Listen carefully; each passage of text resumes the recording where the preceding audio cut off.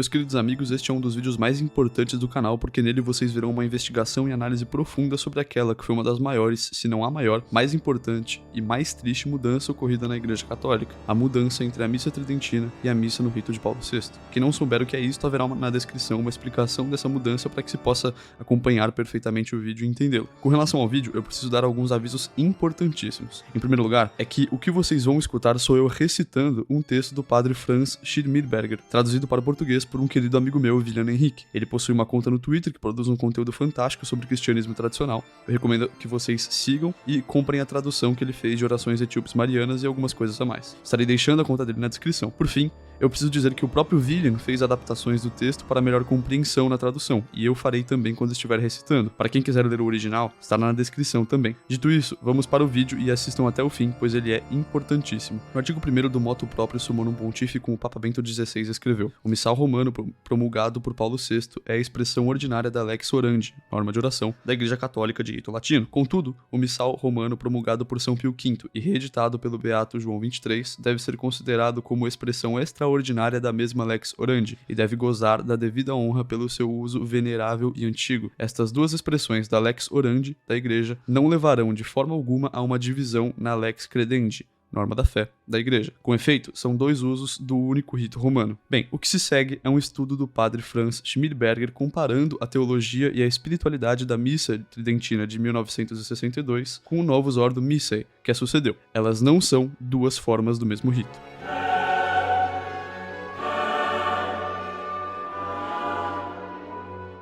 O tema do nosso estudo catequético é uma comparação entre o rito tradicional e o novo rito da missa. A sessão 22 do Concílio de Trento, que foi realizado em 17 de setembro de 1562, ensinou o seguinte sobre o santo sacrifício da missa. Ainda que o Antigo Testamento, como justifica o apóstolo São Paulo, não tenha consumação ou perfeita santidade devido à debilidade do sacerdócio de Levi, foi conveniente, assim como foi disposto por Deus, Pai de misericórdia, que nascesse outro sacerdote segundo a ordem de Melquisedeque, ou seja, nosso Senhor Jesus Cristo, que pudesse completar e levar à perfeição todas as pessoas que deveriam ser santificadas. O mesmo Deus e Senhor nosso, que ainda havia de se oferecer a Deus Pai por meio da morte no alto da cruz para trabalhar a partir dela a redenção eterna, contudo, como seu sacerdócio não haveria de acabar com sua morte, para deixar na última ceia, na mesma noite que entregou a sua amada esposa, a Igreja, um sacrifício visível, segundo requer a condição dos homens, que representasse o sacrifício cruel que havia de fazer na cruz, e permanecesse sua memória até o fim do mundo, e se aplicasse sua salutar virtude da remissão dos pecados que diariamente cometemos, ao mesmo tempo que se declarou sacerdote segundo a ordem de Melquisedeque, constituído para toda a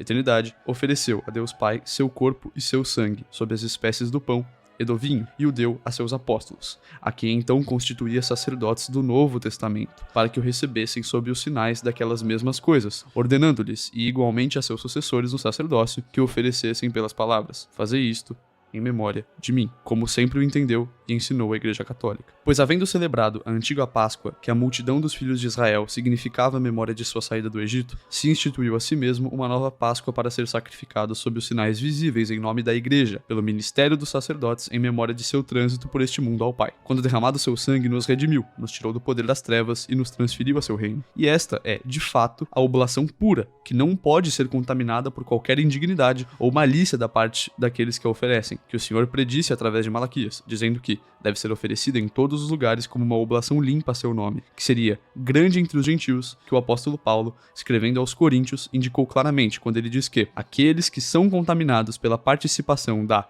entre aspas, mesa dos demônios, não podem se tornar participantes da mesa do Senhor, entendendo por mesa, em cada caso, o altar. Finalmente, aquele sacrifício que foi prefigurado por vários tipos de sacrifícios, no período da natureza e da lei, visto que compreende todas as coisas boas que eles significam, como sendo a consumação e perfeição de todos eles. E visto que, neste sacrifício divino celebrado na missa, aquele mesmo Cristo que no altar da cruz uma vez se ofereceu de forma sangrenta está contido e imolado de forma incruenta, o Santo Sínodo ensina que isso é verdadeiramente propiciatório e causa o efeito de que, se arrependidos e penitentes nos aproximamos de Deus com um coração sincero e fé correta, com temor e reverência, obtemos misericórdia e encontramos graça no auxílio oportuno, pois, apaziguado por esta oblação, o Senhor, concedendo a graça e o dom da penitência, perdoa crimes e até mesmo grandes pecados. Pois é uma e a mesma vítima, a mesma que agora está sendo oferecida pelo ministério dos sacerdotes como aquele que então se ofereceu na cruz, sendo diferente apenas a maneira de oferecer. Os frutos daquela oblação, a sangrenta, no caso da cruz, são recebidos mais abundantemente por meio desta não sangrenta. Tão longe está este último de ser depreciativo de alguma forma para ele. Portanto, é oferecido corretamente de acordo com a tradição dos apóstolos, não apenas pelos pecados dos fiéis vivos por seus castigos e suas necessidades, mas também pelos mortos em Cristo que ainda não foram totalmente purificados. Bem, nesta explicação do Concílio de Trento é esclarecido que, em primeiro lugar, a missa é um verdadeiro sacrifício que é oferecido somente a Deus. Em segundo lugar, este sacrifício é oferecido para o louvor e adoração de Deus em 3 pessoas como ação de graças, impetração e, acima de tudo, como propiciação pelos nossos pecados diários, sendo essas 3 pessoas Pai, Filho e Espírito Santo. Em terceiro lugar, Cristo se oferece a seu Pai celestial sob a aparência de pão e vinho. Ali estão verdadeiramente o corpo e o sangue de Cristo. Em quarto lugar, ele, como sumo sacerdote da nova aliança, realiza este sacrifício por meio de sacerdotes humanos e por meio dos serviços da igreja. Ou seja, os padres validamente ordenados, os sacerdotes humanos, agem em persona Christi, ou seja, mais uma vez, ele, Jesus Cristo, como sumo sacerdote da nova aliança, realiza este sacrifício por meio de sacerdotes humanos e por meio da igreja. Vamos dar uma olhada mais de perto nas questões que envolvem estes pontos.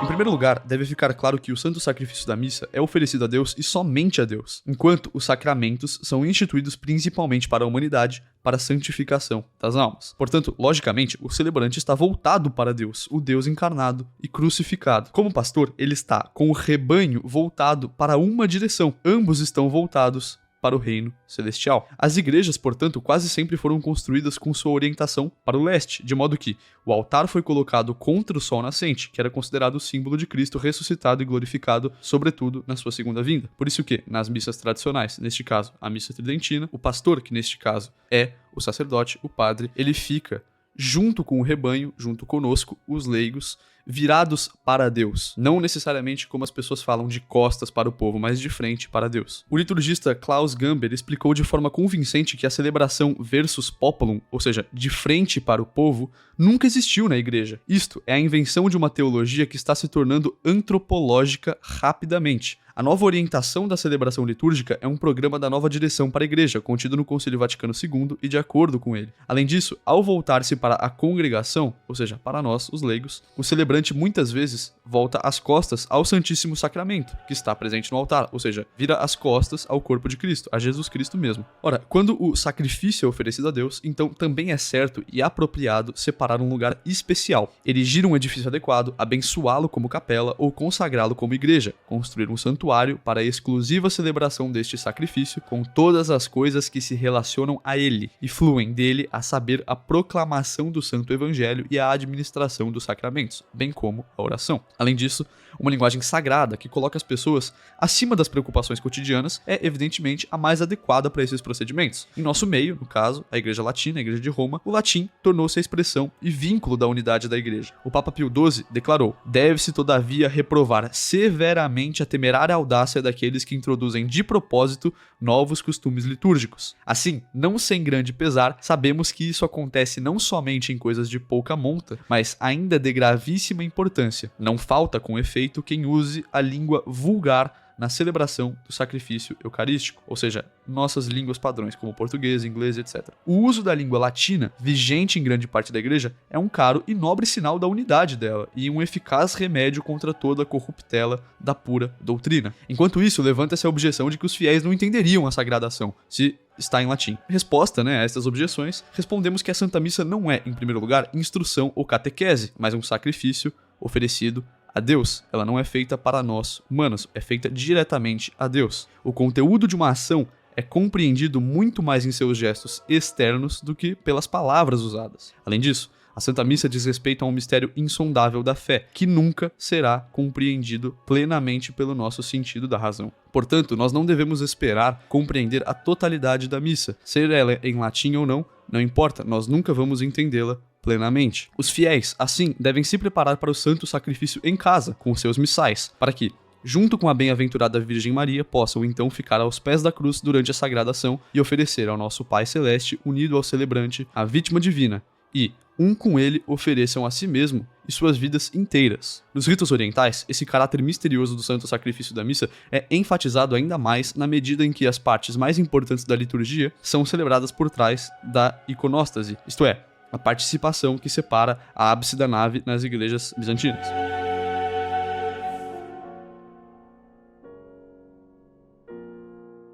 Este sacrifício é oferecido ao Deus da Bíblia, ao Deus da revelação, ao único Deus verdadeiro e vivo, isto é, a Santíssima Trindade. Esta verdade se expressa por meio de palavras e gestos no rito como um todo. O celebrante inicia a sagrada ação com as palavras, em nome do Pai, e do Filho, e do Espírito Santo. No Kyrie, as 3 invocações são feitas 3 vezes. Estes foram reduzidos a apenas 6 no novo rito da missa. No Glória, o mistério da Santíssima Trindade é exaltado da maneira mais maravilhosa. Glória a Deus nas alturas, Senhor Deus, Rei dos céus, Deus Pai Todo-Poderoso, Senhor Jesus Cristo, Filho unigênito, com o Espírito Santo, na glória de Deus Pai. Este mistério básico de nossa fé é expresso de maneira distinta no final do ofertório. A Igreja ora: recebei, ó Trindade Santíssima, esta oblação, que vos oferecemos em memória da paixão, ressurreição e ascensão de nosso Senhor Jesus Cristo. Sucipe Sancta Trinitas Hanc Oblationem, e assim segue em latim. A primeira oração do ofertório dirige-se a Deus como Santo Pai. Além disso, no Sanctus, a santidade de Deus é louvada 3 vezes. O cânon começa com as palavras: Te igitur clementissime pater,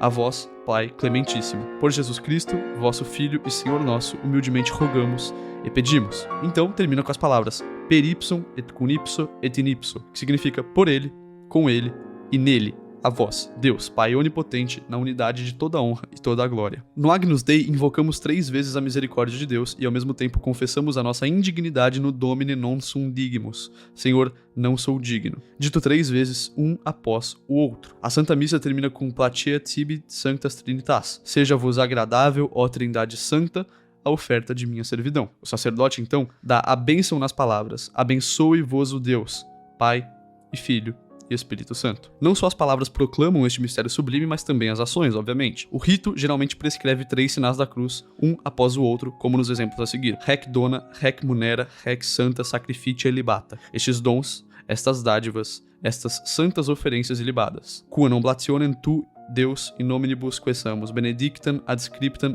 ratam. Nós vos pedimos, ó Deus, que esta oferta seja por vós em tudo abençoada, aprovada, ratificada, digna e aceitável a vossos olhos. Hostiam pura, hostiam sancta, hostiam immaculatam. A hóstia pura, a hóstia santa, a hóstia imaculada. Perquem rec omnia Domine sempre bona creas, sanctificas, vivificas, benedicis et prestas nobis. Por ele, ó Senhor, sempre criais, santificais, vivificais, abençoais e nos concedeis todos esses bens. Da mesma forma, 3 sinais da cruz são traçados no per ipsum no final do cânon. Para as incensações no ofertório, o sacerdote faz 3 sinais da cruz com o turíbulo sobre as oblações. Depois, 2 círculos no sentido anti-horário e um no sentido horário. Esses gestos revelam todo o mistério da nossa fé de uma forma maravilhosa. O número 3 significa a Santíssima Trindade. Os 2 círculos significam as 2 naturezas em nosso Senhor Jesus Cristo, divina e humana, existindo na única segunda pessoa da Trindade, o Filho. Esses sinais e até mesmo as palavras foram quase todas removidas no novo rito. O mesmo é verdade para o Sucipe Sancta Trinitas no final do ofertório. Do mesmo modo, para a oração de encerramento da Santa Missa, Placeat tibi Sancta Trinitas. Na primeira das reformas de 1967, em cada caso, os 3 sinais da cruz foram abreviados para um único, para que o rito, entre aspas, seja distinguido por uma nobre simplicidade. Eles devem ser curtos, claros e livres de repetições inúteis. É o que é dito.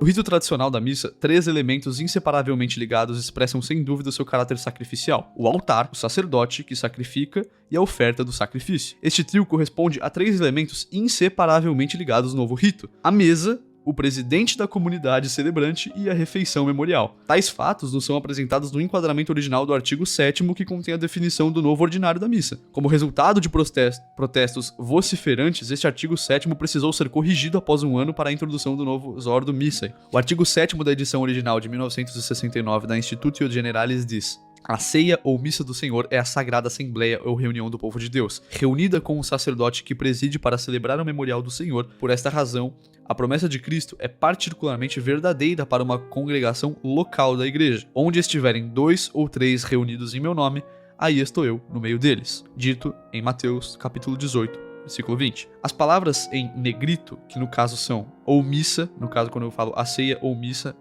está em negrito, e do Senhor é a sagrada, a ceia ou a missa do Senhor é sagrada, as palavras ou missa e sagrada foram omitidas na tradução original do Comitê Internacional de Inglês da Liturgia, tornando a versão em inglês pior do que o original em latim ainda. A influência protestante é muito evidente no novo rito da missa. De fato, 6 ministros protestantes participaram ativamente da elaboração deste novo rito da missa. O que 6 ministros protestantes estavam fazendo elaborando uma missa católica, eu já não sei. Para entender o absurdo dessa definição, nós podemos tomar um exemplo do mundo da música. Olha, o que uma pessoa sã diria sobre a seguinte definição. A definição é, digamos, uma sinfonia é a assembleia de amantes da música sobre a presidência de um maestro para o memorial de seu compositor e de sua primeira apresentação. Não, evidente que não. Uma sinfonia não é a reunião de amantes da música. Claro que não. A sinfonia é uma peça musical composta de forma que as pessoas possam experimentar sua execução repetidamente. Da mesma forma, a missa não é uma assembleia, mas a renovação incruenta do sacrifício de Jesus Cristo na cruz, onde nosso Senhor, como sumo sacerdote eterno, atua por meio de sacerdotes humanos, e os fiéis se reúnem para participar da sagrada ação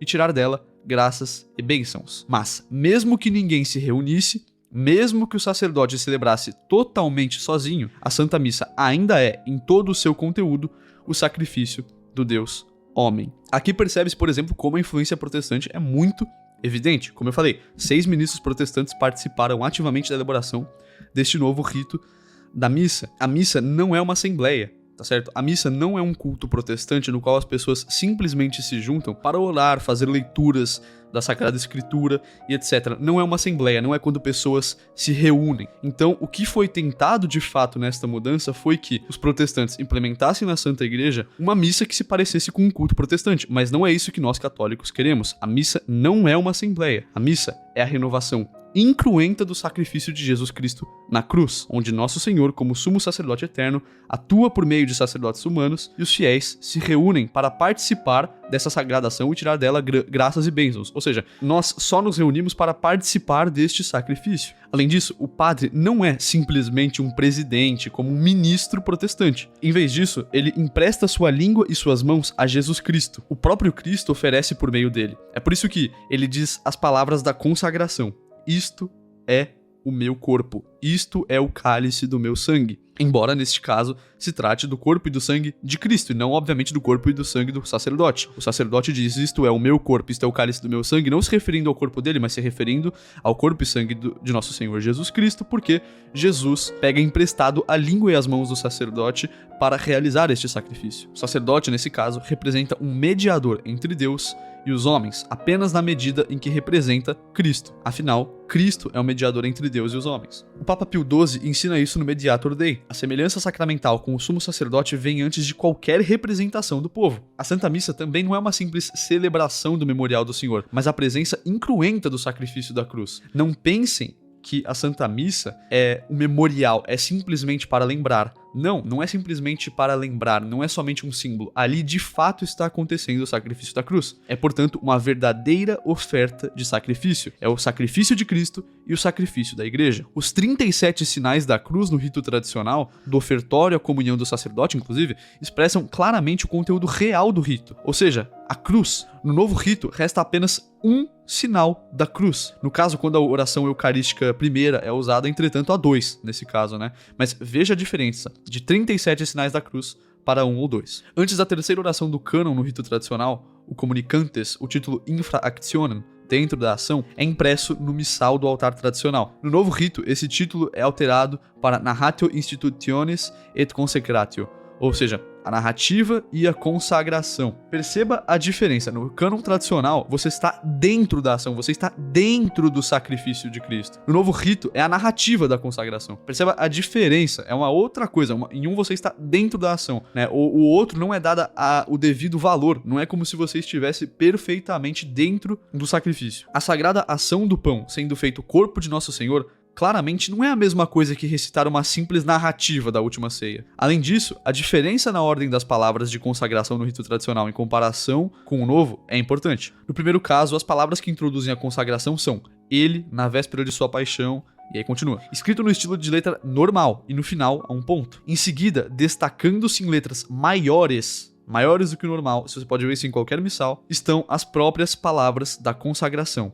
Hoc est enim corpus meum. Isto é o meu corpo. Assim, fica claro que apenas essas palavras podem efetuar a consagração, não outras. No Novus Ordo Missae, as palavras acipite et manducate ex hoc omnes, tomai todos e comei, são adicionadas às palavras reais da consagração, que são isto é o meu corpo. E a pausa, após as palavras introdutórias, a precede. Consequentemente, de acordo com a ordem e o tamanho do estilo de letra do Novus Ordo, as palavras tomai todos e comei fazem parte das próprias palavras da consagração. Ou seja, a consagração só pode ser feita quando se diz tomai todos e comei. O mesmo é verdade para a consagração do vinho, onde as palavras acipite et bibite ex eo omnes, tomai todos e bebei, são similarmente adicionadas às palavras da consagração. Sem dúvida, os criadores do novo rito queriam trazer à tona as ideias de comer e beber, enfatizando a ideia de uma refeição. Mais evidências dessa ênfase é que, no rito tradicional, a hóstia jaz antes e depois de ser consagrada no corporal, consequentemente na pedra do altar. No novo rito, a hóstia permanece na patena, o prato, reduzindo sutilmente a ideia de sacrifício em favor da ideia de uma refeição. Como Dom Marcel Lefebvre explicou claramente, nós não podemos pensar na missa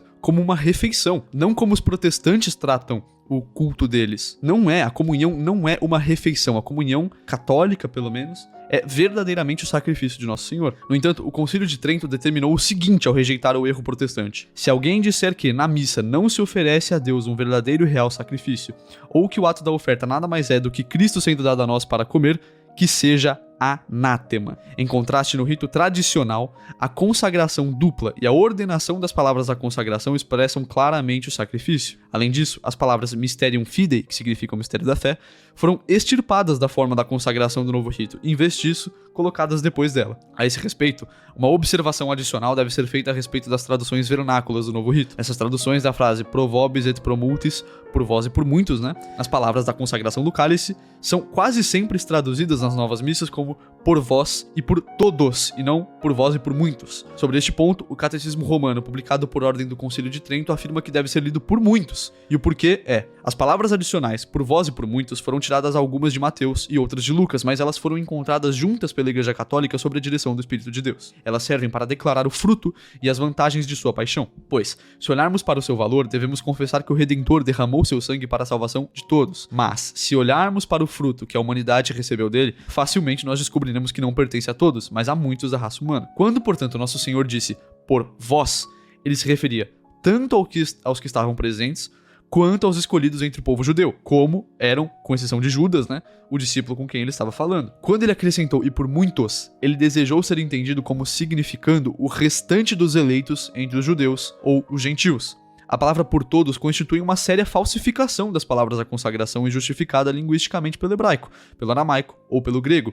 Nem correspondem à doutrina católica. O novo rito da missa não prescreve a substituição do altar por uma mesa, mas, na verdade, essa troca ocorreu em quase todos os lugares. Os inovadores agiram de forma bastante lógica neste ponto. Um sacrifício é oferecido em um altar, enquanto uma refeição, como é da lógica protestante, é uma simples refeição memorial, é consumida com os convidados à mesa mesmo, porque não é nada demais. De acordo com a prática católica, um altar é consagrado por um bispo para o propósito adequado do sacrifício, e os 5 sinais da cruz são gravados nele como uma imagem das 5 chagas de Cristo. Esses 5 sinais da cruz são ungidos com o crisma, o símbolo e portador do Espírito Santo. E neles, uma grande quantidade de incenso é queimada, para que fique claro que este lugar é sagrado, e que o coração e o sacrifício devem elevar-se a Deus a partir dele. Não é uma mesa, não é um simples lugar onde se come, é verdadeiramente um local sagrado. No centro da pedra do altar, no sepulcro, são colocadas as relíquias dos santos, geralmente de mártires. O Papa Pio XII rejeita categoricamente tendências errôneas em relação aos altares. Ele diz: está fora do caminho quem quer restituir ao altar a antiga forma de mesa. E ele condena ainda a mudança do santo sacrifício da missa em uma refeição. Ele diz: afastam-se, pois, do caminho da verdade os que recusam a celebrar. Se o povo cristão não se aproximar da mesa divina,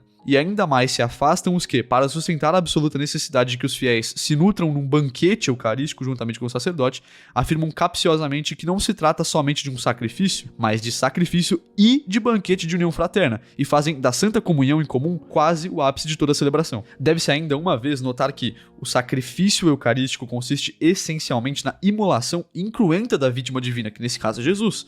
imolação, que é misticamente manifestada pela separação das sagradas espécies e pela sua oblação feita ao Pai Eterno. A Santa Comunhão pertence à integridade do sacrifício e à participação nele por meio da recepção do augusto sacramento, enquanto é absolutamente necessário ao ministro sacrificador, aos fiéis é vivamente recomendável.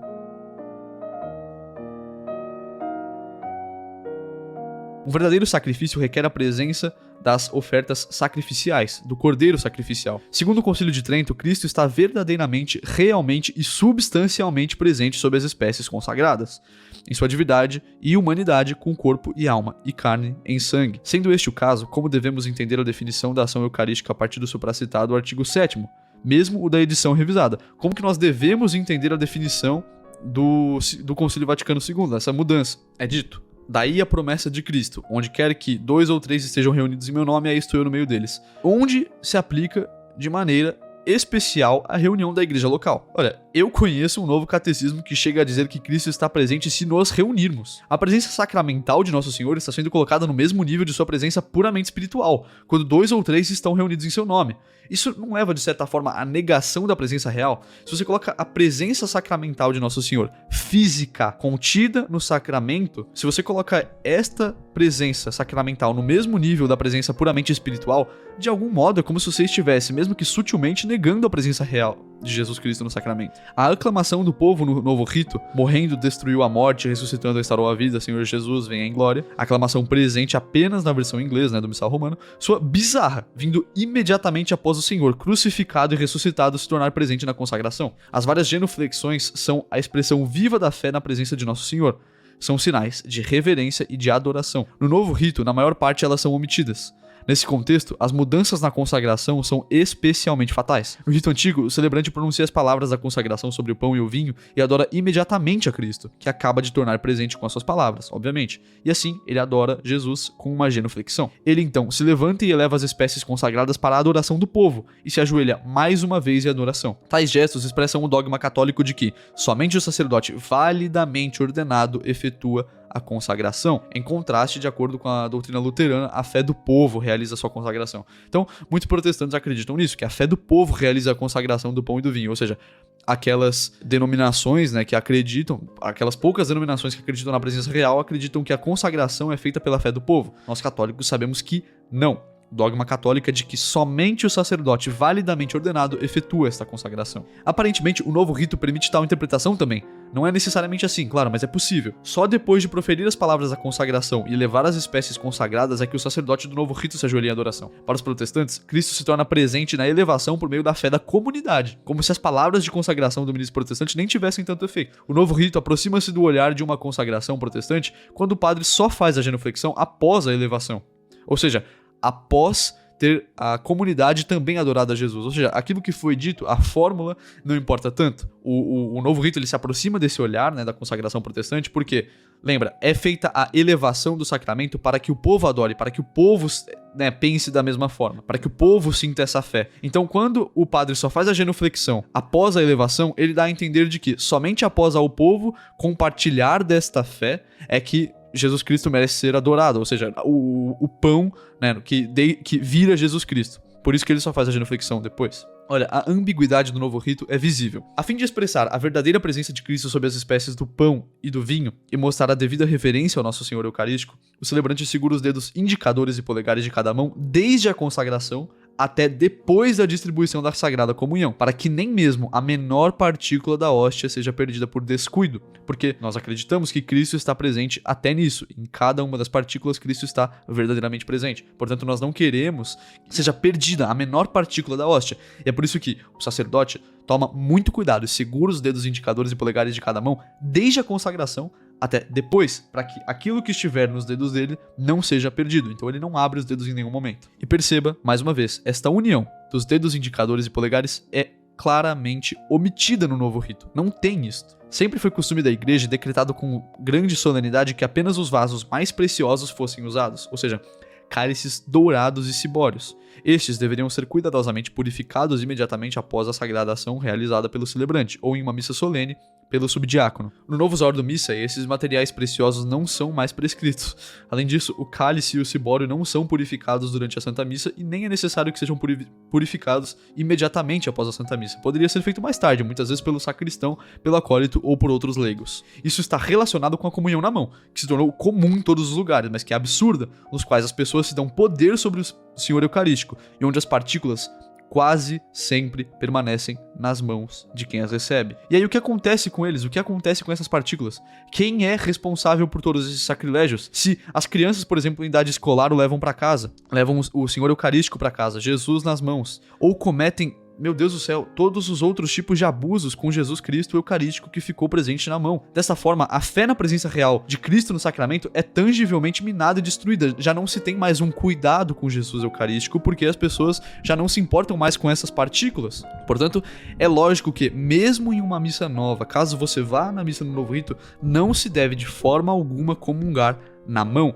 Deve-se sempre ser na boca. Há uma correlação inegável entre a irreverência cometida em alguns lugares sagrados e a grosseria e irreverência na sociedade em geral. Quem não respeita a Deus perde a reverência pela criação e pela criatura, pela humanidade como imagem de Deus, pelo mistério da vida. As atrocidades dos ataques com bomba, com inúmeras vítimas inocentes, o assassinato diário de milhares de crianças, há inclusive as ainda não nascidas no ventre de suas mães, e a perspectiva doentia da clonagem humana são consequências do declínio da piedade eucarística. A administração da Sagrada Comunhão por leigos deve ser igualmente rejeitada. O padre sozinho é o ministro da Eucaristia. De acordo com Santo Tomás de Aquino, mesmo o diácono ordenado é apenas o ministro extraordinário da comunhão, ou seja, apenas em situações específicas, muito fora do normal. O que devemos dizer quando, na principal cidade de uma diocese da Alemanha, uma mulher carregava o Santíssimo Sacramento na procissão de Corpus Christi, enquanto o bispo local simplesmente caminhava ao lado dela? É de extrema importância receber Nosso Senhor ajoelhado para expressar nossa sujeição e obediência à lei de Deus e nosso humilde amor. O antigo rito prescrevia que o altar, um símbolo de Cristo, fosse coberto com 3 panos, representando duplamente os panos mortuários de Jesus e a Trindade. No novo rito, apenas um único pano é necessário. A Vetus Ordo também tinha um sentido prático. Olha, se uma gota de precioso sangue, se uma gota do precioso sangue de Jesus derramasse, os 3 panos são muito mais adequados para absorver e guardar aquelas espécies sagradas do que um simples pano. Podemos ver então como a reverência sagrada à Eucaristia diminuiu e está em processo de extinção, se não for a tradição. Após a administração da Sagrada Comunhão, as espécies sagradas são reservadas no tabernáculo. Até o Novus Ordo, ou seja, até o novo rito, este ficava no altar-mor, ao centro, no mesmo altar em que era realizado o sacrifício. O Papa Pio XII condenou a remoção do tabernáculo ao altar. Hoje em dia nós vemos, na maioria das igrejas católicas, que o tabernáculo foi movido para algum lugar ao lado, para alguma outra sala, para um canto, na parede ou até mesmo atrás da coluna. O Cristo, esse mesmo Cristo que é rei da sua igreja e da sociedade humana, rei do amor de todas as almas, que derrama o seu Espírito Santo sobre a igreja a partir do tabernáculo, que se sacrificou por nós, este mesmo Jesus Cristo, é removido do centro, é afastado, e é colocado, mais uma vez, atrás de uma coluna, para um outro canto, para uma sala, e não fica mais no altar no centro da igreja. O ofertório do rito tradicional e a preparação das ofertas do Novus Ordo Missae. A fim de deixar claras as profundas mudanças no rito da Santa Missa, as orações do ofertório do rito tradicional e aquelas da preparação das ofertas do novo rito são colocadas lado a lado para comparação, como vocês vão ver, eu vou recitar agora. No rito tradicional, o oferecimento do pão é feito da seguinte maneira: Recebei, Santo Pai, onipotente e eterno Deus, esta hóstia imaculada que eu, vosso indigno servo, vos ofereço. Ó meu Deus, vivo e verdadeiro, por meus inumeráveis pecados, ofensas e negligências, por todos os que circundam este altar, e por todos os fiéis vivos e falecidos, a fim de que, a mim e a eles, este sacrifício aproveite para a salvação na vida eterna. No novo rito, esse mesmo oferecimento é feito da seguinte forma: Bendito sejais, Senhor Deus do Universo, pelo pão que recebemos da vossa bondade, fruto da terra e do trabalho do homem, que hoje vos apresentamos e que para nós se vai tornar pão da vida. E o povo responde: Bendito seja Deus para sempre. Veja como é diferente a oração e ela é bem menor. A bênção da água e a mistura com o vinho no rito tradicional é feita: Ó Deus, e logo um sinal da cruz, que maravilhosamente criastes em sua dignidade a natureza humana e mais prodigiosamente ainda a restaurastes, concedei-nos que pelo mistério desta água e deste vinho sermos participantes da divindade daquele que se dignou revestir-se da nossa humanidade, Jesus Cristo, vosso Filho e Senhor nosso, que sendo Deus convosco vive e reina em união com o Espírito Santo por todos os séculos dos séculos. Amém. A bênção da água e mistura com o vinho no rito novo é feita da seguinte forma: pelo mistério dessa água e deste vinho, sejamos participantes da divindade daquele que assumiu a nossa humanidade. Veja como é muito mais curto, muito menor. O oferecimento do cálice no rito tradicional é: nós vos oferecemos, Senhor, o cálice da salvação, suplicando a vossa clemência, que ele suba qual suave incenso à presença de vossa divina majestade, para a salvação nossa e de todo o mundo. Amém. O oferecimento do cálice no rito novo é: bendito sejais, Senhor Deus do universo, pelo vinho que recebemos da vossa bondade, fruto da videira e do trabalho do homem que hoje vos apresentamos e que para nós se vai tornar vinho da salvação. E o povo diz: bendito seja Deus para sempre. O oferecimento dos fiéis, no rito tradicional é: em espírito de humildade e coração contrito, sejamos por vós acolhidos, Senhor. E assim se faça hoje este nosso sacrifício em vossa presença, de modo que vos seja agradável, ó Senhor, nosso Deus. No rito novo é feito: de coração humilhado e contrito sejamos recebidos por vós, Senhor. Assim o nosso sacrifício seja agradável a vossos olhos. Também menor. Agora, todas as orações que eu vou fazer em seguida, até eu avisar, elas foram omitidas do novo rito. Portanto, as que eu vou recitar só existem no rito tradicional e são omitidas no rito novo. A primeira delas é a invocação do Espírito Santo. É dito no rito tradicional: vinde, ó santificador onipotente e eterno Deus, e abençoai, fazendo o sinal da cruz, né? Este sacrifício preparado para glorificar o vosso santo nome. Mais uma vez, omitido no novo rito. A incensação. Nas missas solenes incensam-se as oferendas e o altar, né? Essas orações não são feitas no novo rito. Pela intercessão do bem-aventurado Miguel Arcanjo, que está à direita do altar do incenso, e de todos os seus escolhidos, digne-se o Senhor abençoar este incenso e recebê-lo em suave odor. Por Cristo, nosso Senhor. Amém. Suba, Senhor, à vossa presença este incenso que abençoastes e desça sobre nós a vossa misericórdia. Eleve-se, Senhor, a minha oração como incenso à vossa presença, e elevem-se as minhas mãos como sacrifício vespertino. Ponde, Senhor, uma guarda à minha boca e uma porta aos meus lábios. Assim o meu coração não se inclinará para o mal, nem procurará pretextos para poder pecar. Acenda o Senhor em nós o fogo de seu amor e a chama da eterna caridade. Amém. Mais uma vez, omitido. A ablução das mãos é feita assim: o sacerdote vai à direita do altar e lava as mãos, dizendo os seguintes versículos do Salmo 25: lavo as minhas mãos entre os inocentes e me aproximo do vosso altar, ó Senhor, para ouvir o cântico dos vossos louvores e proclamar todas as vossas maravilhas. Eu amo, Senhor, a beleza da vossa casa e o lugar onde reside a vossa glória. Não me deixeis, ó Deus, perder a minha alma com os ímpios, nem a minha vida com os sanguinários. Em suas mãos se encontram iniquidades, sua direita está cheia de dádivas. Eu, porém, tenho andado na inocência. Livrai-me, pois, e tende piedade de mim. Meus pés estão firmes no caminho reto. Eu te bendigo, Senhor, nas assembleias dos justos. Glória ao Pai. E tudo isso é substituído no novo rito por simplesmente: lavai-me, Senhor, da minha iniquidade e purificai do meu pecado. Ou seja, você vê como uma oração gigante é traduzido para 2 linhas de oração. Oferecimento à Santíssima Trindade, que é omitido no novo rito, é dito no rito tradicional: recebei, ó Trindade Santíssima, esta oblação, que vos oferecemos em memória da paixão, ressurreição e ascensão de nosso Senhor Jesus Cristo, e em honra da bem-aventurada e sempre Virgem Maria, de São João Batista, dos santos apóstolos Pedro e Paulo, e de todos os santos, para que a ele sirva de honra e a nós de salvação, e ele se digne a interceder no céu por nós, que na terra celebramos sua memória. Pelo mesmo Cristo, Senhor nosso. Amém.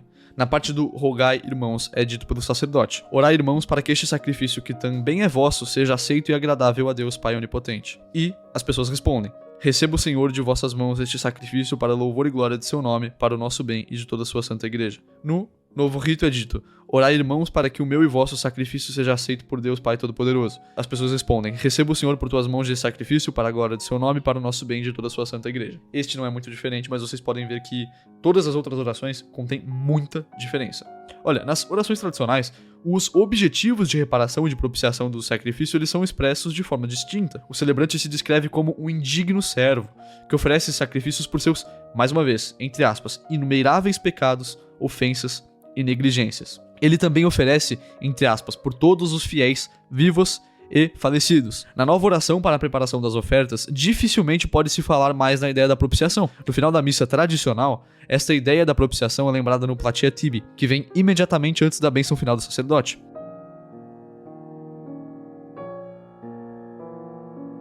diz que o sacrifício foi oferecido por um sacrificium propitabile, um sacrifício propiciatório, isto é.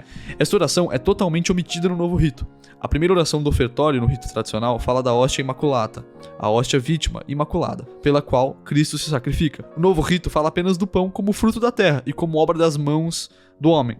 Isso é mais do que uma mera mudança de ênfase, meu Deus. A criação e redenção são mencionadas na mistura do vinho e da água na oração do antigo rito. Deus, qui romane substantia, é a mais recente, né? A redenção transcende a primeira em glória. Nenhum mistério é tão referido no novo rito quando agora, na oferta do cálice, implora-se que seja uma bênção para nós e salutar para o mundo inteiro, para a vida eterna. A oração invocando o Espírito Santo, Veni Sanctificator Omnipotens, é totalmente omitida no novo rito e apenas um versículo do Salmo 25 permanece no lavabo. É justificável afirmar que os 4 objetivos da Santa Missa, isto é, adoração e louvor, ação de graças, propiciação e impetração, são essencialmente obscurecidos no novo rito, particularmente no que se refere a um sacrifício propiciatório. Olha, é perturbador que Martinho Lutero, o maior destruidor do santo sacrifício da missa, dirigiu seu ataque precisamente contra o ofertório do rito romano e seu tema do sacrifício propiciatório, também o que o anglicano Thomas Cranmer fez no Divino Ordinário de Cranmer. Em contraste com o antigo ofertório, as descrições do pão e do vinho como,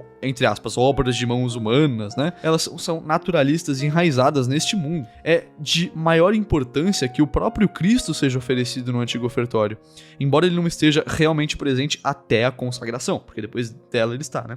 Porque a igreja transcende o tempo e o lugar, e vê seu noivo mais amado como já presente sob a aparência do pão e do vinho. As novas orações para a preparação das ofertas são, em comparação, uma apresentação de pão e vinho. Se pode haver uma reivindicação de sacrifício, então nós devemos ver tal apresentação como retorno ao Antigo Testamento, onde animais e frutos da terra foram sacrificados, enquanto no Novo Testamento somente é Cristo a verdadeira e adequada vítima do sacrifício. Nós vemos, por exemplo, que no Antigo Testamento havia muito desses sacrifícios, mas agora no Novo Testamento só Cristo, que é a verdadeira e adequada vítima do sacrifício, quando na missa nós recriamos o sacrifício da cruz.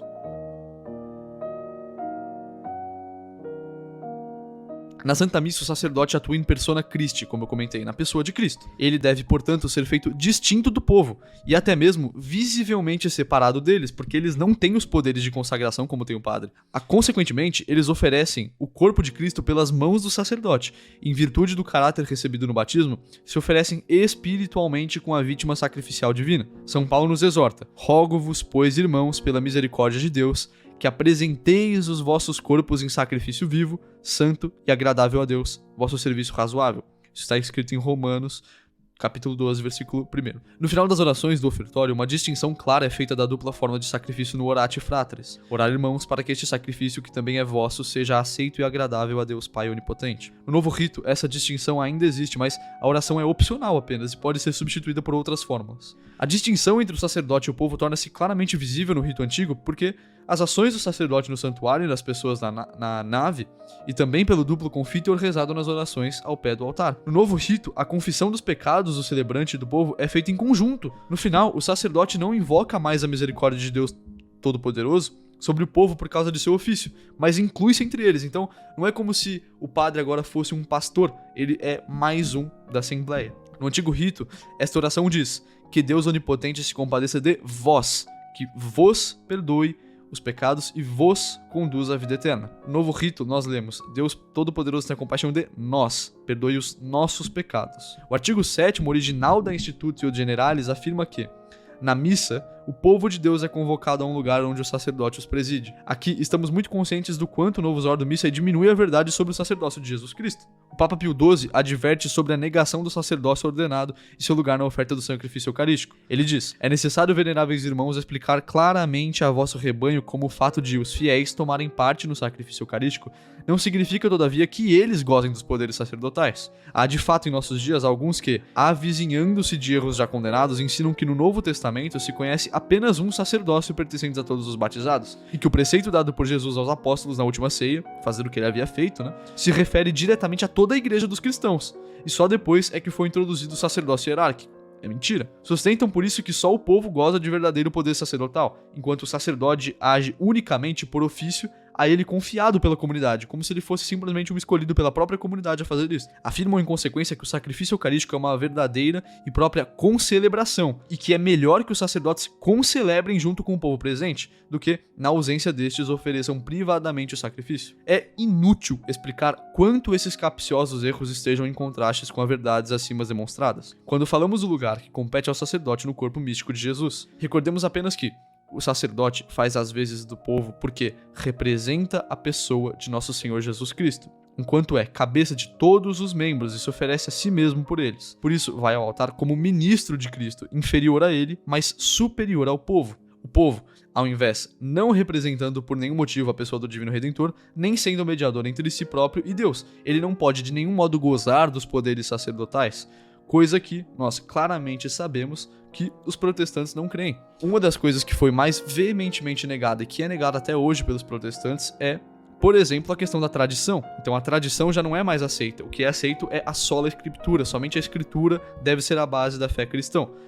Portanto, essa questão, da tradição, ela é colocada para baixo porque a tradição dos católicos, a tradição dos cristãos, não importa, porque eles são cristãos como todos os outros. Então, os padres, os bispos, os cardeais, o próprio Papa, para os protestantes, estão todos no mesmo nível que os fiéis, o que obviamente é mentira. Portanto, nós vemos como essas mudanças na missa, da missa tridentina para a missa de Paulo VI, elas têm um pensamento essencialmente protestante, ainda que sutilmente ocultos, né? Então, nós não podemos crer que o padre é mais um na Assembleia, como é feito crer na nova missa, no rito de Paulo VI, porque ele não é.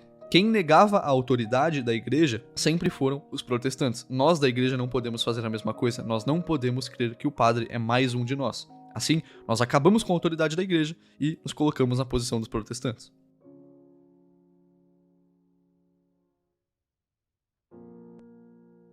O corpo místico do Senhor se divide em igreja triunfante, igreja militante e igreja padecente. A igreja triunfante é formada pelos santos do céu, e antes de tudo pela bem-aventurada Virgem Maria. A fim de expressar o dogma da sua virgindade perpétua, a expressão sempre virgo, sempre virgem, é encontrada em todos os textos da missa. Essa honra é dada a ela até mesmo no texto original em latim do Novus Ordo Missae, mas qual é o caso nas diferentes traduções vernáculas? Olha, no rito antigo, a menção é feita aos santos no céu, em particular São José, São João Batista, os santos apóstolos, os papas que sucedem imediatamente a São Pedro, que no caso são Santo Linus, Cletus e Clemente. Então, os mártires particularmente venerados na igreja específica de Roma. São João Batista é mencionado várias vezes, mesmo no Confiteor, assim como São Miguel Arcanjo.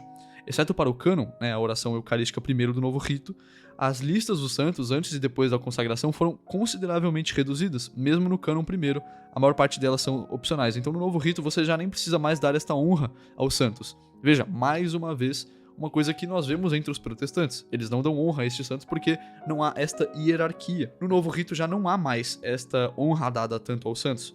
Elas são feitas de forma opcional, apenas na oração eucarística primeira, e mesmo nesta oração eucarística primeira, a maior parte delas são opcionais, é reduzir. Na primeira oração do cânon do rito antigo, a igreja militante é lembrada de maneira distinta com a menção do Papa reinante, o bispo local, e por todos os bispos ortodoxos. Ortodoxos, nós vamos dizer aqui, não pense que é a igreja ortodoxa dos cismáticos orientais. Ortodoxos são o que nós queremos dizer, os que seguem retamente a fé, né? Enfim, o bispo local e por todos os bispos ortodoxos aos quais incumbe a guarda da fé católica e apostólica. Esta oração faz uma distinção clara entre os ortodoxos e aqueles que não são ortodoxos, ou seja, os hereges e aqueles que se afastaram da igreja e se separaram dela. A distinção entre batizados e não batizados, entre ortodoxos e heterodoxos, entre justos e pecadores. É de grande importância para o dogma católico, visto que, entre essas várias classes de pessoas, existem grandes diferenças. Ao contrário, a nova liturgia tende a falar de pessoas sem distinções, que é, mais uma vez, um movimento inconfundivelmente naturalista e protestante. A igreja padecente é lembrada no momento dos mortos, no cânon do rito antigo. Vale a pena mencionar a esse respeito que a palavra alma não aparece mais no novo rito fúnebre. A igreja católica é ordenada hierarquicamente. Em consequência, por meio da sua ação principal, o santo sacrifício da missa, essa ordem hierárquica, deve encontrar expressão. A quem é oferecida a missa? A Santíssima Trindade. A Santíssima Trindade deve ocupar o primeiro lugar, o lugar mais alto. Assim, vemos Cristo ressuscitado pendurado na cruz. A cruz domina o altar, como nós vemos em todas as igrejas católicas. No altar está o bispo, como representante por excelência de Jesus Cristo.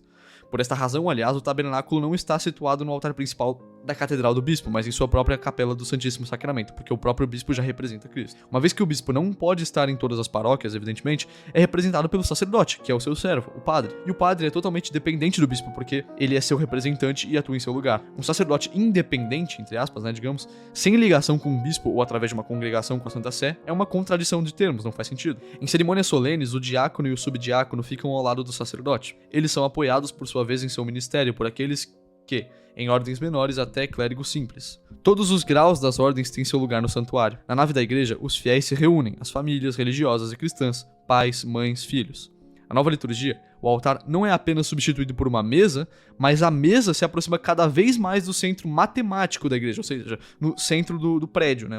No centro da igreja mesmo, para expressar uma ordem mais democrática, né? Uma ordem mais democrática, não é simplesmente desta hierarquia, não é do padre, é de todos. Então é aproximado, é tirado da parede, colocado cada vez mais ao centro matemático da igreja, para expressar uma ordem mais democrática. Essa democracia que é puramente protestante, porque para os protestantes, mais uma vez, não há hierarquia.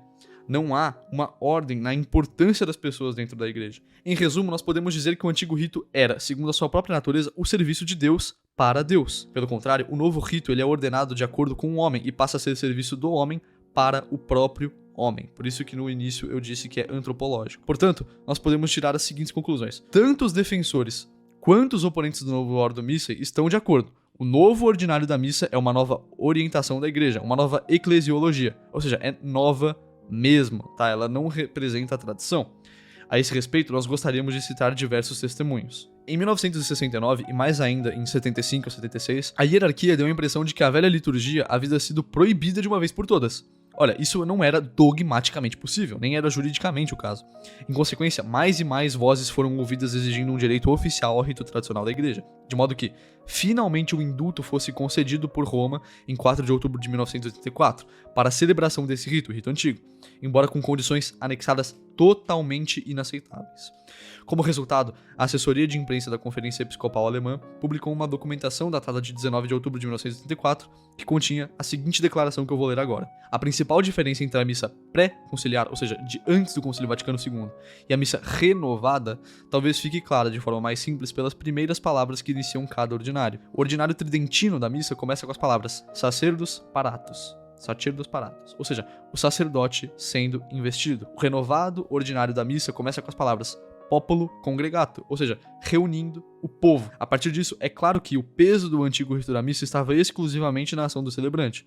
O renovado ordinário da missa coloca em primeiro plano a ação comum do povo de Deus, dentro do qual o celebrante cumpre uma função essencial que não pode ser violada. Dessa diferença interna procede a maioria das diferenças externas nos dois ordinários. Portanto, há uma diferença muito grande na missa de Paulo VI para a missa tridentina, a missa tradicional, justamente porque o sacerdote, ele já não há uma importância tão grande a ele, lógico, tirando o fato de que só ele pode cumprir a função essencial que não pode ser violada, mas veja, a outra começa com o sacerdote sendo investido e o outro começa com reunido o povo. É claro, pessoal, o sacerdote é sim mais importante, tá certo, do que os leigos. Isto só é negado verdadeiramente pelos protestantes ou por aqueles que têm um pensamento protestante, mesmo que se digam católicos, porque os protestantes, mais uma vez, negam a hierarquia e obviamente eles negam a hierarquia para que a importância da Igreja Católica, o argumento da Igreja Católica e do magistério já não seja mais levado em consideração, mas seja levado em consideração somente a sola escritura, fazendo valer aquilo que Lutero queria. Portanto, mais uma vez, fica claro que estas mudanças, ainda que muitas vezes não sejam propositais, elas representam sim essas mudanças da missa do rito tridentino para a missa de Paulo VI.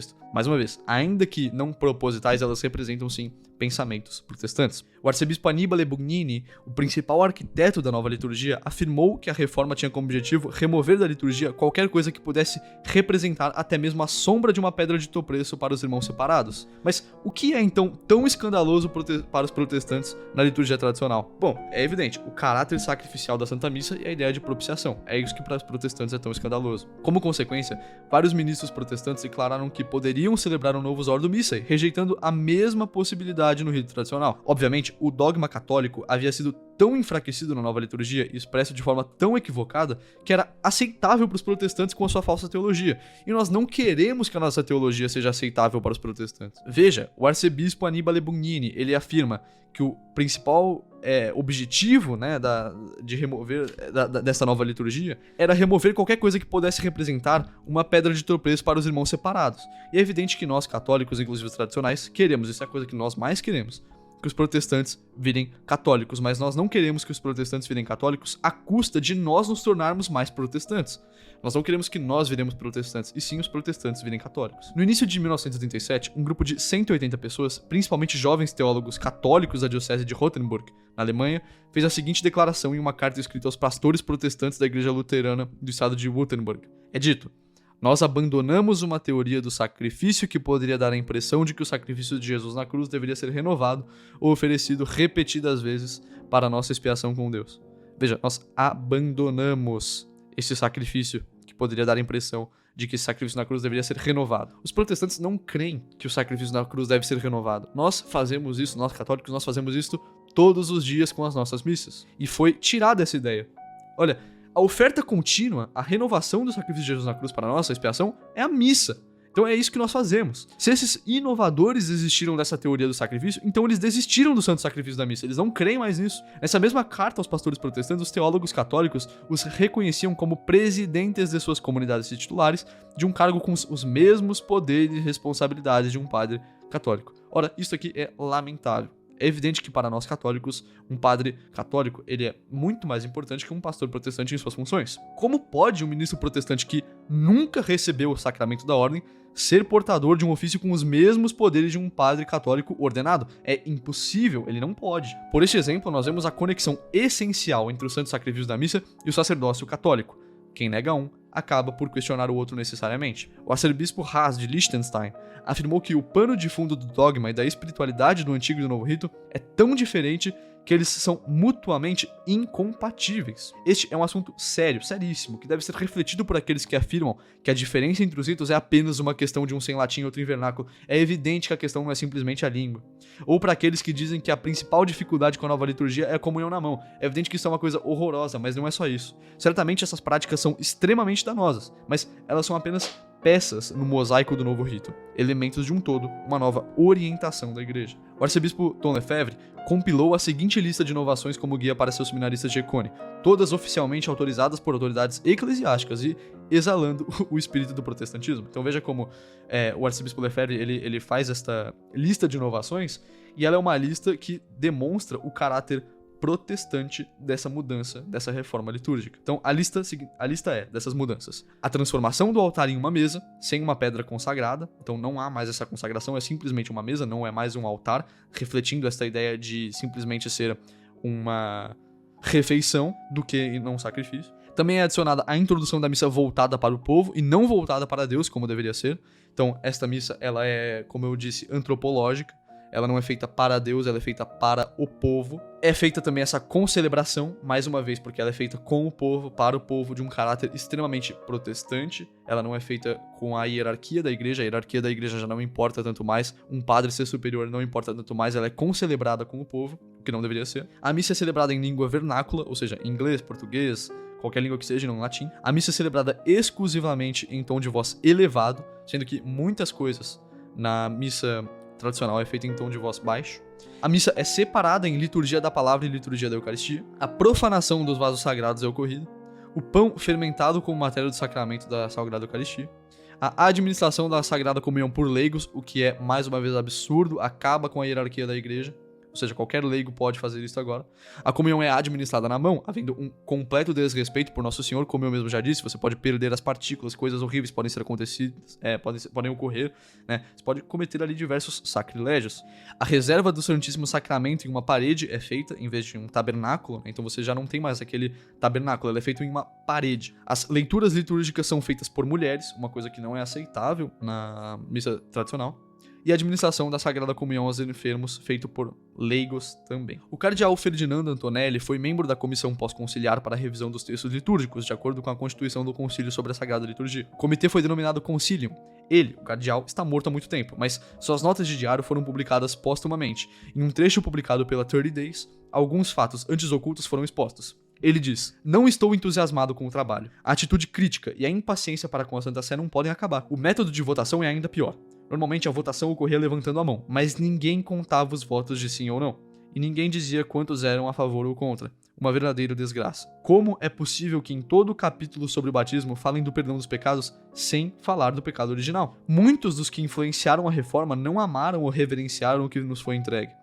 Estamos vivendo no reino da confusão, e eu me arrependo porque as consequências são tristes. Este homem que foi membro da comissão pós-conciliar, ou seja, estava envolvido nas mudanças, né? Estava envolvido na reforma, ele disse que se arrepende plenamente. Um jovem sacerdote polonês que conhecemos, que se converteu há mais de um ano a oferecer o santo sacrifício da missa de acordo com a liturgia tradicional, fez a seguinte confissão em relação ao rito antigo e sua própria conversão a ele. Ele diz: esta primeira missa no rito antigo foi igual a uma primeira santa missa que celebrei no primeiro dia de uma peregrinação a Icônia. Foi uma experiência extraordinária. Deus no centro da sagrada liturgia. O espírito de adoração, a presença do mistério, do sagrado, da santidade, que tesouro espiritual de rito, expressa em palavras, gestos e sinais. Ao mesmo tempo, percebi a diferença colossal entre a missa católica e a Novus Ordo, com a sua dessacralização e banalidade, com a sua perda de reverência e adoração da presença real de Nosso Senhor no Santíssimo Sacramento, onde tudo se concentra na comunidade, nas pessoas, e não em Deus. Tudo isso ele está falando sobre a nova missa. Ele segue: quando ajudei nas ordenações em Econe e Zeitskofen, percebi que tesouros católicos haviam sido roubados quando a missa de todos os tempos foi abolida. Era impossível para mim imaginar de antemão que encontraria tamanha beleza na chamada liturgia católica tridentina, tamanha profundidade, majestade e reverência. O rito tradicional da missa santificou gerações e gerações de sacerdotes religiosos, de famílias católicas e de muitas almas, e o santificou no sangue do Filho de Deus imolado. Esta parte, ainda que eu tenha avisado no começo, eu vou avisar agora que eu vou fazer algumas adaptações, tá certo? Então, deve-se participar da nova liturgia? A resposta é um inequívoco não. Aqui eu faço questão de adicionar para contexto que, para mim, não se deve participar dessa liturgia, da nova liturgia, se você tem a oportunidade de participar no rito tridentino, no rito tradicional. Vimos como os reformadores impuseram a expressão do sacrifício na liturgia.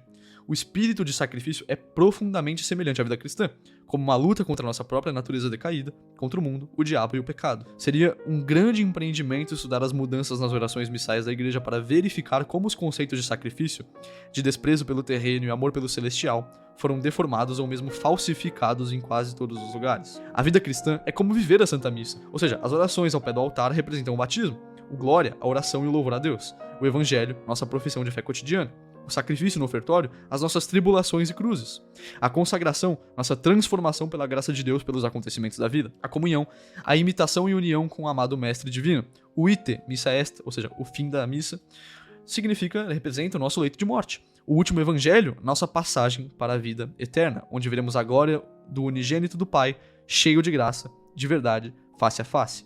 Principalmente porque o último evangelho é o início do evangelho de João, na qual é dito que, no princípio, era o verbo, se tratando de Jesus. Então, representa a nossa passagem, né, para a vida eterna, onde nós veremos a glória do unigênito do Pai, que é Jesus. O sacerdote não se oferece na ação eucarística, suas obras, seus esforços, seus sofrimentos e suas lágrimas no meio do Senhor. Ora, os religiosos, eles não se oferecem nos degraus do altar como um sacrifício em união com a oblação divina para o benefício da igreja, a salvação e a santificação das almas. Os casais unidos na cruz de Cristo não seguem o caminho do noivo divino, de cujo lado trespassado nasceu a nova Eva, a Santa Igreja, como sua noiva imaculada. Não deveriam os enfermos, os idosos, os solitários, os moribundos se tornar um com o sacrifício de nossos santuários e assim substituir em seus próprios corpos? Em Colossenses capítulo 1, versículo 24 é escrito: agora me alegro nos sofrimentos suportados por vós. O que falta às tribulações de Cristo, completo na minha carne por seu corpo, que é a igreja. Olha, os nossos filhos e jovens, eles não deveriam aprender a seguir a Cristo crucificado, a negar a si mesmo e ao mundo e viver sobre a lei do mestre, em vez de viver um egoísmo sem limites, a uma antropologia. Olha, o que nós aprendemos é que nós devemos ficar longe de pensamentos individualistas, nós não devemos pensar mais em nós devemos pensar em Cristo. E a nova missa é feita pensando em nós, pensando no ser humano, colocando o ser humano no centro, e não Deus. O arcebispo Lefebvre expressou-se com maestria em seu sermão do jubileu em decorrência de seu aniversário de 50 anos de ordenação ao sacerdócio, quando ele explicou a conexão entre o santo sacrifício da missa, a vida católica e a construção de uma sociedade católica. Sem sacrifício não há amor, sem amor não há cristianismo, nem sociedade católica. A redução ou obliteração da noção de sacrifício rompe ambos. Por isso nós vemos o declínio dos assistentes à missa, rompimento de casamentos e famílias, o desaparecimento da política católica. O rito tradicional da missa significa submissão, obediência, amor a Deus e ao próximo. O novo rito coloca a humanidade e seus supostos direitos no centro, e não Deus. O antigo rito significa abnegação, doação e serviço. O novo rito significa autorrealização. Lembre-se que no começo eu falei que a missa ela é feita para Deus e apenas para Deus. Nós não devemos nos autorrealizar na missa, ela não é feita para nós, ela é feita para Deus. Nenhuma vocação de qualquer valor pode ser adquirida com um novo rito, nem pode a igreja ser renovada no Espírito Santo ou o cristianismo construído por ele. Não é de admirar que as vocações ao sacerdócio e à vida religiosa deixem de se materializar com este rito. Se um bispo quer dar um novo fôlego à sua diocese, além da teologia sã e da pregação integral do evangelho, deve pensar antes de tudo na Santa Missa. Caso contrário, ele está construindo uma casa sobre a areia, mesmo que os aparentes sucessos momentâneos da época pareçam indicar o contrário. Por essa razão, bispos, padres e fiéis com grande força de espírito devem manter-se firmes ou retornar ao rito tradicional da missa. As falsificações nas traduções vernáculas e os inúmeros abusos de celebrantes individuais são perigosos o suficiente. Mas o novo rito em si é perigoso mesmo em seu original latino. Então, as traduções vernáculas, quando é feita a tradução, mesmo do novo rito isso, né? Quando é feita a tradução do latim para o português, isto é perigosíssimo, mas o próprio rito é perigoso, mesmo que ele seja feito em latim. Os cardeais Ottaviani e Batti afirmam isso abertamente em detalhes em seu breve estudo crítico do novo rito, também conhecido como a Intervenção de Ottaviani. É dito: o estudo crítico que o acompanha é o trabalho de um grupo seleto de bispos, teólogos, liturgistas e pastores de almas. Apesar de sua brevidade, o estudo mostra claramente que o novus ordo missae, ou seja, o novo rito, considerando os novos elementos suscetíveis a interpretações amplamente divergentes que são implícitas ou tidas como certas, representa, tanto como um todo quanto em seus detalhes, um notável afastamento da teologia católica da missa como foi formulada na seção 22 do Concílio de Trento. Os cânones do rito definitivamente fixados naquele tempo ergueram uma barreira intransponível contra qualquer heresia que pudesse atacar a integridade do mistério. E aqui termina. Olha, por causa disso vem conhecida a frase Legem credendi lex statuit supplicandi. Significa, a lei da fé é determinada pela lei da oração. Olha, um rito não católico necessariamente levará alguém a se afastar da fé da igreja. E o novo rito, ele não é católico. Ele é feito pela igreja católica, está certo, mas ele não tem um caráter, um espírito profundamente católico, ele tem um caráter profundamente protestante. Por isso, se alguém fosse escolher entre o antigo rito em vernáculo e o novo rito em latim, teria que escolher o primeiro, ou seja, teria que escolher o antigo rito em vernáculo, ou seja, na língua, por exemplo, em português. É lógico que a língua é uma questão importante, mas ainda que o rito antigo fosse feito em português e o novo rito fosse feito em latim, nós teríamos que escolher o primeiro feito em português, porque o rito é muito mais importante. Há padres e fiéis que afirmam que é necessário recorrer à autoridade eclesiástica para poderem celebrar a missa tradicional. Evidentemente, isso não é o caso. Em Coprimo, o Papa São Pio V ordenou que a liturgia celebrada em Roma fosse prescrita para toda a igreja e permitiu sua celebração a todos os sacerdotes de todos os tempos. Estas são suas palavras reais. Segue aqui, ó. Que, doravante, para cantar ou rezar a missa em qualquer igreja se possa, sem restrição, seguir este missal com permissão e poder de usá-lo livre e licitamente, sem nenhum escrúpulo de consciência e sem que se possa incorrer em nenhuma pena, sentença e censura. E isto para sempre. Uma coisa que é vista perfeitamente hoje em dia. Se você quer realizar uma missa perfeitamente católica, a missa tridentina, a missa tradicional, e você não tem, por exemplo, a autorização do Papa ou qualquer coisa do tipo, você é penalizado enquanto padre. Mas isso não deveria ser seguindo o mesmo que falou São Pio V. Aqui segue São Pio V. Da mesma forma, declaramos que os prelados, administradores cônegos, capelães e todos os outros padres seculares designados com qualquer denominação ou regulares de qualquer ordem não sejam obrigados a celebrar a missa de outro modo que o por nós ordenado. Veja o que ele fala: não sejam obrigados a celebrar a missa de outro modo que o por nós ordenado. Não sejam obrigados a celebrar a missa que não foi dita por mim, por São Pio V. Ou seja, o que ele diz é que os padres não deveriam, qualquer tipo de padre, não deveria ser obrigado a celebrar uma missa que não foi a missa que ele fez. A missa que ele fez assim, né? Que ele oficializou. O que é uma coisa que nós vemos hoje em dia. Se você é padre e não aceita fazer essa outra missa, você é penalizado. Você sofre retaliações. E aí, São Pio V segue. E a presente bula não poderá, em jamais, tempo algum, ser revogada e nem modificada, mas permanecerá sempre firme e válida em toda a sua força. Para quem quiser ler, esta é a bula Coprimo. Deixe-me fazer uma comparação aqui. Vamos supor que um regime injusto permite e até mesmo prescreve o aborto, como era o caso na China. Os casais que desejam ter um filho ou a mulher que está grávida e deseja ter o filho deve pedir autorização às autoridades, o leitor pode achar o exemplo forte ou até mesmo impróprio, mas ele é realmente tão inapropriado assim? Nós não podemos dizer que, em algum sentido, um exército estrangeiro ocupando a igreja de Deus, a igreja conciliar e não a igreja verdadeira, né, permitiu um culto que a longo prazo terá o efeito do aborto da fé católica, a apostasia, é, na verdade, um exemplo que faz muito sentido esse paralelo. De fato, o que estão fazendo estão abortando a fé católica. Aqueles que obrigam os outros padres a celebrar essa outra missa estão abortando a fé católica, assim como as autoridades na China abortariam o filho. O rito tradicional, não o Novus Ordo Missae, não o rito novo, é a expressão plena de nossa fé católica. Que a fiel Virgem Maria peça por nós o poder no trono de Deus para permanecermos na vida e na morte, fiéis a esta venerável e ancestral forma de Santa Missa. Ao pé da cruz, ela viu o soldado abrir o lado do Filho Divino, ao qual imediatamente saiu sangue e água. Et continuo exhibit sanguis et aqua, como é dito no Evangelho de João, capítulo 19, versículo 34. Esse advérbio em latim, continuo, dá um sentido de imediação, mas também de permanência, de continuidade a uma ação ou a um evento. Do coração de nosso Redentor fluem torrentes de misericórdia e graça continuamente até o fim dos tempos. Como elas fluem? Bem, dos altares sacrificiais de nossos santuários. O Sagrado Coração de Jesus é o santo sacrifício da missa. Louvado seja nosso Senhor Jesus Cristo, para sempre seja louvado. Em nome do Pai, e do Filho, e do Espírito Santo. Amém. Que Deus vos abençoe e que nós nos mantenhamos firmes em defender o novo rito, a nova liturgia, e que, caso nós consigamos, possamos ir somente a ela. Que Deus vos abençoe e nós seguiremos firme. Viva Cristo Rei, a Igreja sempre vencerá.